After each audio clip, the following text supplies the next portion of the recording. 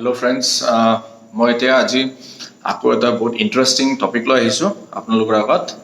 আৰু ট্ৰেইনিং কৰিলে heavy weights আৰু লাইট weight suppose কোনোবাই 200 পাউণ্ড লৈ কৰিলে হেভি ট্ৰেইনিং কোনোবাই suppose 300 পাউণ্ড লৈ কৰিলে সো দুজনৰ ভিতৰত কোনে বেছি মানে কাম কৰিলে আৰু কোনে বেছি মানে পাৱাৰ প্ৰডিউস কৰিলে সো বেসিক্যালি এই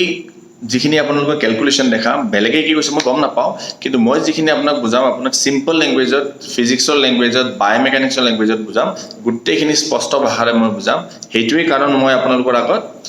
অসমীয়াত যে বুজাও সো মই বিচাৰো যে আমাৰ গুটে নৰ্থ ইষ্টৰ মানুহে গুটেখিনি যে বস্তুটো গম পায় সো বিশেষকৈ অসম সো কথাটো হল এতিয়া যেতিয়া আপোনালোকে এটা ক্লায়েন্টক যেতিয়া আপোনালোকে এডভাইস দিব যে হেভি weight ট্ৰেইনিং কৰিব লাগে লাইট weight ট্ৰেইনিং কৰিব লাগে যিকোনো এটা এডভাইস দিয়াৰ আগতে আপোনাৰ হাতত কিছুমান এভিডেন্স থাকিব লাগিব সাইন্টিফিক ৰিজনছ থাকিব লাগিব কাবাক যদি মই কও হেভি weight ট্ৰেইনিং কৰা তাৰ পিছত ৰিজন থাকিব লাগিব কাবাক যদি কও লাইট weight ট্ৰেইনিং কৰা এতিয়া কথাটো হল ওয়াৰ্ক বা কাম বা পাৱাৰ হেকিটা বস্তু হেভি কৰিলে বেছি ইউজ হয় নে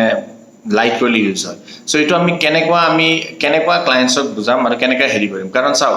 যেতিয়া আপুনি ক্লায়েন্টক বুজাব বেছি যদি সাইন্টিফিক কৰে মানুহবিলাকে বোৰ হৈ যায় বেসিক্যালি ক্লায়েন্টক সো আপুনি কিমান জানে তাতকে আপুনি জানিব লাগিব আপুনি ইখিনি আপোনাৰ ক্যাপাসিটি থাকিব লাগিব আপুনি ক্লায়েন্টক হে গুটে ডিফিকাল্ট বস্তু মই যেনেকৈ সিম্পল ল্যাঙ্গুৱেজত বুজাও ঠিক তেনেকৈ আপোনালোকো আপোনাৰ ক্লায়েন্টক সিম্পল ল্যাঙ্গুৱেজত বুজাব সো প্ৰথম কথা আছে আমি স্টাৰ্ট কৰো ওয়ার্ক Actually work মানে কি basically work মানে কি হয় মানে last মই যেটো ভিডিও বনালো এপিসোডত তাতে হলো any kind of metabolic activity যত আমি কাম কৰিলো আমাৰ সেলস বিলাকে এটা লগত এটা মানে খুন্দা খালে বডিত সেলস বিলাক তাৰ পিছত যিখিনি এনাৰ্জি প্ৰডিউস হয় সো হিট প্ৰডিউস হয় হেতু work basically হেতু হল ফিজিওলজিক্যাল work কিন্তু যেতিয়া ফিজিক্সৰ কথা আহি পৰে এতিয়া কথাটো হল ফিজিক্স বুলি ক'লে সবে ভয় খায় ডেফিনেটলি ময়ো ভয় খাও আৰু ভয় খাইছিলো আগতে কিন্তু আজিকালি নাখাও পাৰো এটো বেলেগ কথা ফিজিক্স বস্তুটো কি হয় ইট ইজ বেসিক্যালি কি এটা ব্ৰাঞ্চ অফ সায়েন্স যত আমি ম্যাটাৰ তাৰ পিছত এটমছ তাৰ পিছত লাইট তাৰ পিছত কাৰেন্ট কিমান আছে সাপোজ এই বতাহ কিমান পোহৰ কিমান সাউন্ড কিমান ভেলোসিটি কিমান সো এই বিষয়ে যেটো আমি পঢ়ো হেতু ফিজিক্স সিম্পল ল্যাঙ্গুৱেজত বেছি কমপ্লিকেটেড কৰা নাই আৰু এটা কথাটো হল যেতিয়া আমি যিকোনো এক্সাৰসাইজ আমি কাবাক বুজাম তেতিয়া হলে সায়েন্সৰ কথা আহি পৰে এতিয়া ডাম্বেল লৈ যেটা আমি এক্সাৰসাইজ কৰিম তা ডাম্বেল লৈ যেটা ৰেপিটেশনছ বিলাক লগাম তেতিয়া কি হয় বডিত মেটাবলিক এক্টিভিটি হয় সো মাসলছ বিলাক টিস্যু বিলাক ড্যামেজ হ'ব তাৰ পিছত ফিজিওলজিক্যাল যেটো প্ৰসেস মাসল বিল্ডিং হ'ব তাৰ পিছত সেলস বিলাক ৰিকভাৰি হ'ব কাৰণে আমাৰ বডিত অক্সিজেন বেছি লাগে এক্সেস ফোৰ্স অক্সিজেন কনজাম্পশন বাঢ়ি যায় কাৰণ সেলস বিলাক ৰিকভাৰি কৰিব কাৰণে অক্সিজেন লাগে সো এইটো যেটো আমি এক্সাৰসাইজ কৰো হেতু ওয়াৰ্ক হয় কিন্তু হেতু বেসিক্যালি কি হল জেনাৰেল ওয়াৰ্ক মানে ফিজিওলজিক্যাল ওয়াৰ্ক এতিয়া ফিজিক্সৰ মতে হে ওয়াৰ্কটো আমি মেকানিক্যাল ওয়াৰ্ক বুলি ক'ব নোৱাৰো ফিজিক্সে মেকানিক্সটো বুজায় মানে স্টাডি অফ মেকানিক্স মানে মুভমেন্ট তা এতিয়া আমি যদি এটা জায়গা যদি থিয় যদি আমি ফিজিক্সৰ মতে যদি আমি চাও এটা জায়গা যদি থিয় যদি ডাম্বেল কাল মাৰো দ্যাট ইজ বেসিক্যালি কি নো ওয়াৰ্ক ডান কাৰণ ফোর্স ডিসপ্লেসমেন্ট নহল আপুনি এটা জায়গাত বালটি এটা লৈ থিয় হলে that is not work done কাৰণ মেকানিক্যাল ওয়াৰ্ক বুলি ক'লে বস্তুটো গুটেখিনি বেলেগ হৈ আহি পৰে সো মেকানিক্যাল ওয়াৰ্ক মানে কি হল জেনাৰেল ওয়াৰ্ক আৰু মেকানিক্যাল ওয়াৰ্কৰ ডিফাৰেন্সটো মই বুজাই দিও জেনাৰেল ওয়াৰ্কটো কি হল যিবিলাক সেলসৰ এক্টিভিটি আৰু বডিত যেটো হিট প্ৰডিউস হয় আৰু প্লাস সেলসৰ যেটো এক্টিভিটি হয় মুভমেন্ট হয় হেখিনি ফোৰ্স এ ডিসপ্লেসমেন্ট হল হেখিনি মানে কি হয় আমি ক্যালকুলেট কৰিব নোৱাৰে বডিৰ ভিতৰত যিখিনি এটো মানে through oxygen measurement carbon dioxide কিমান ইনহেল কৰিলো অক্সিজেন কিমান ইনহেল কৰিলো বডি হিট কিমান প্ৰডিউস হল লাষ্ট ভিডিওত মই বুজালো আপোনালোকক এই হিট প্ৰডাকশন যেটো হল তাৰ ওপৰত বেস কৰি আমি কম যে ইমান ক্যালোৰিজ বাৰ্ন হল ইমান ওয়াৰ্ক হল কিন্তু মেকানিক্যাল ওয়াৰ্ক মানে কি movement related suppose for example ওয়াৰ্কৰ যেটো আমাৰ ফৰ্মুলা ফিজিক্সৰ মতে যেটো ফৰ্মুলা হেতু হল work equal to force into displacement so এটা আপুনি সাপোজ ভাবি লওক আপুনি 100 পাউণ্ডৰ আপুনি ডাম্বেল এটা দাঙি আছে হে 100 পাউণ্ডৰ ডাম্বেলটো আপুনি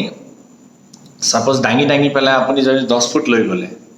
তেতিয়ালে কি হ'ব আপোনাৰ কি হ'ব ডাম্বেলটো দাঙি পেলাই 10 ফুট গল তা 100 into 10 1000 pound foot of work done বুলি কম কাৰণ যিকোনো বস্তু ওয়াৰ্ক সায়েন্সৰ মতে ফিজিক্সৰ মতে বস্তু এটা যদি আপুনি ডাঙাৰ পিছত ফৰ্মুলাটো হেতু কাৰণে work equal to force to produce কৰিলে ফোৰ্স লাগি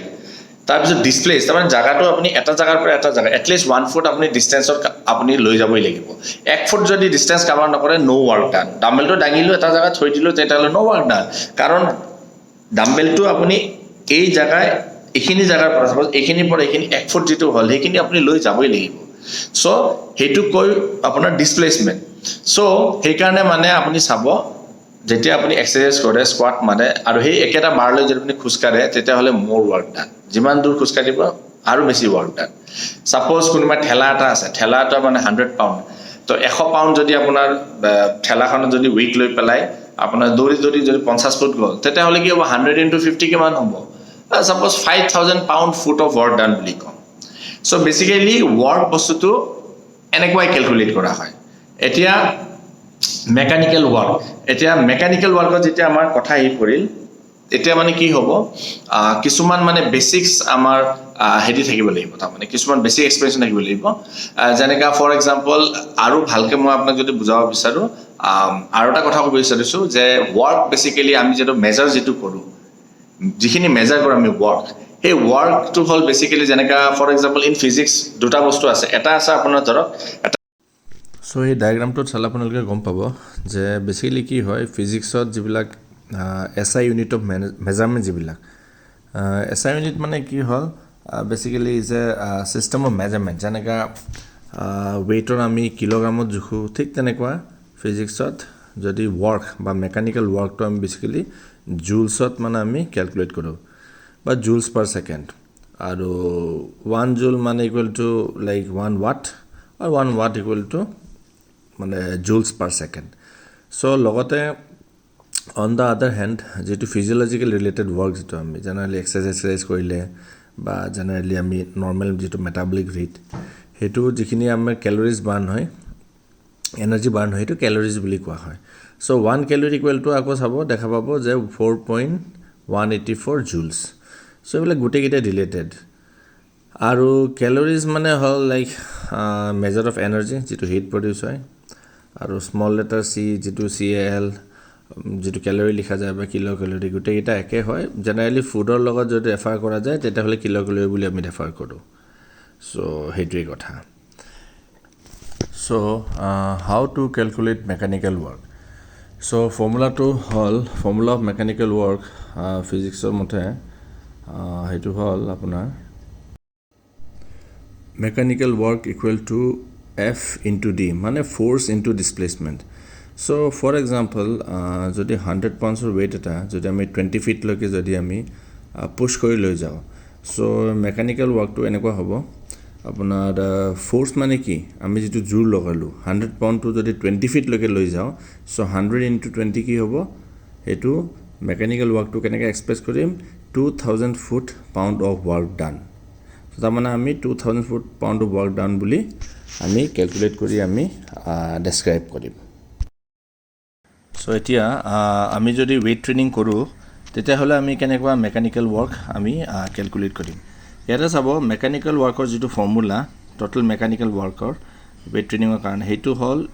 F into D মানে force into displacement into repetitions into sets so for example যদি আমি যদি পাৱাৰ লিফটিংৰ ওয়াৰ্কআউট এটা কৰো আৰু 3টা সেট মাৰো 10টা ৰেপিটিশন 300 পাউন্ড লৈ আৰু 30 মিনিটত যদি শেষ কৰো তেতিয়া হলে কি হ'ব ফোৰ্স টু 300 পাউন্ডস ডিসপ্লেসমেন্ট মানে 3 ফিট জেনাৰেলি ধৰা হয় R মানে 10 ৰেপিটিশনস S মানে 3টা সেটস সো মেকানিক্যাল ওয়াৰ্কস গুটে গিটা যদি আমি মাল্টিপ্লাই কৰি দিলো তেতিয়া হলে কি ওলাই 27000 ফুট পাউন্ডস অফ ওয়াৰ্ক ডান আৰু where is power to যদি ক্যালকুলেট কৰো পাৱাৰৰ ফৰ্মুলাটো হল work divided by time in seconds so power to যদি যিমান আমাৰ কিমান ওলাইছিলে আপোনাৰ ফৰ্মুলাটো হল work divided by time into seconds so work to কিমান ওলাইছিলে আমাৰ 27000 foot pound of work হেতু যদি আমি seconds 30 seconds to 30 minutes to যদি আমি secondsত কনভাৰ্ট কৰো তেতিয়া হলে অলমোস্ট 1800 seconds ওলাই ডিভাইড কৰাৰ পিছত কিমান ওলাল আপোনাৰ 15 foot pounds per second so power to তাৰ মানে পাৰ সেকেন্ডত ক্যালকুলেট কৰা হয় where is আমি যেতিয়া লাইট এন্ডিউৰেন্স ট্ৰেইনিংৰ ওয়ার্কআউটটো যেতিয়া আমি চালো হেতুত যদি আমি চাও টোটাল ক্যালকুলেশন যেটো ওলাইছে এই পিকচাৰত দেখা পাব 36000 ফুট পাউন্ড অফ ওয়াৰ্ক ডান হেতু 25 মিনিটত আমি কমপ্লিট কৰিছো so 36000 pounds foot of work down to আমি যদি 25 সেকেন্ডস যেটো আমি 25 মিনিটছ যেটো আমি সেকেন্ডছত কনভার্ট কৰিলোঁ 1500 সেকেন্ডছ দি আমি যেতিয়া ডিভাইড কৰিম তেতিয়া 24 ফুট পাউণ্ডছ পাৰ সেকেন্ড সো ইয়াতে কমপ্লিট প্ৰুফ যে হেভি ট্ৰেইনিং কৰিলে মোৰ ৱৰ্ক ডান নহয় লেছ ৱৰ্ক ডান হয় ইন কম্পেৰেটিভলি টু লাইট যেটো এন্ডুৰেন্স ট্ৰেইনিং ৱৰ্কআউট য'ত 20 ৰেপিটেশনছ কৰিছোঁ আৰু প্লাছ পাৱাৰটো বেছি পায় so it's a fact so mechanical total mechanical ওয়ার্কটো আপোনালোকে এনেকুৱা কৰি ক্যালকুলেট কৰি আপোনাৰ ক্লায়েণ্টক বুজাব পাৰে আৰু it also helps in like you know আপোনালোকে যে weight training যেটা ওয়ার্কআউট প্রোগ্রামটা ডিজাইন কৰিব এইটো আপোনাৰ কাৰণে বহুত দৰকাৰ কাৰণ টোটাল ওয়াৰ্ক ক্যাপাসিটি বাঢ়িব লাগিব সো ক্যালোৰিজ বেছি বাৰ্ন হয় সো হেভি weight ট্ৰেইনিংত ক্যালোৰিজ কম বাৰ্ন হয় আৰু লাইট weight ট্ৰেইনিংত কম ক্যালোৰিজ বাৰ্ন হয় আৰু মোৰ ওয়াৰ্ক ইজ ডান সো এইটো হ'ল আপোনাৰ সাইন্টিফিক এক্সপ্লেনেশ্যন যে কেনেকুৱা একচুৱেলি এক্সাৰসাইজ প্ৰগ্ৰামটো বায়োমেকানিক্যালি আৰু with sound scientific knowledge design কৰিব লাগে